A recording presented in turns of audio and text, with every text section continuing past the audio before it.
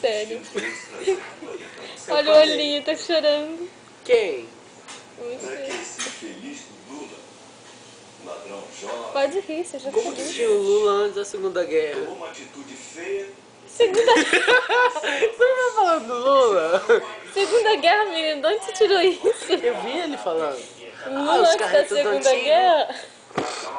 O Lula é desde 1984, depois das diretas jazz. O Lula Essa tava lá no... ditadura, né? É, ele tava lá no palanque. Peraí, fala de novo ditadura? O quê?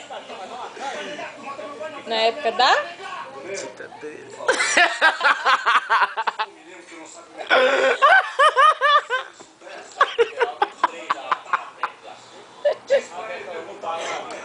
Don't cry for my Argentina.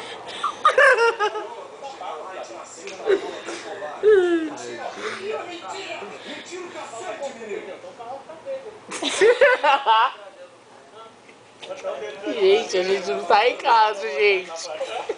Por que você tá rindo alto?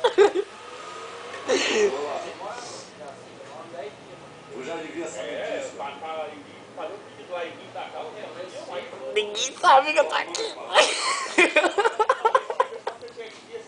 Entendeu agora? Tua mãe. Você viu que ninguém sabe?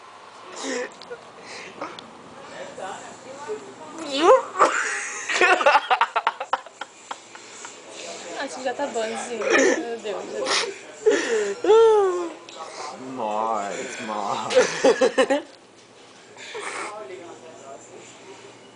Para de chorar, Dedinho.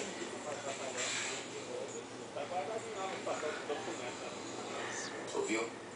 Acho que eu vou pra Boate Azul. É, mamãe foi embora, então eu vou me Já volto. consolar na Boate Azul.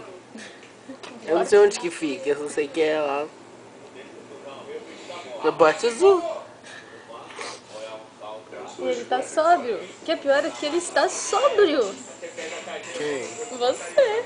Nós. É, nós. Nós. Mas nós não estamos rindo também. Não tá nós de comer, né?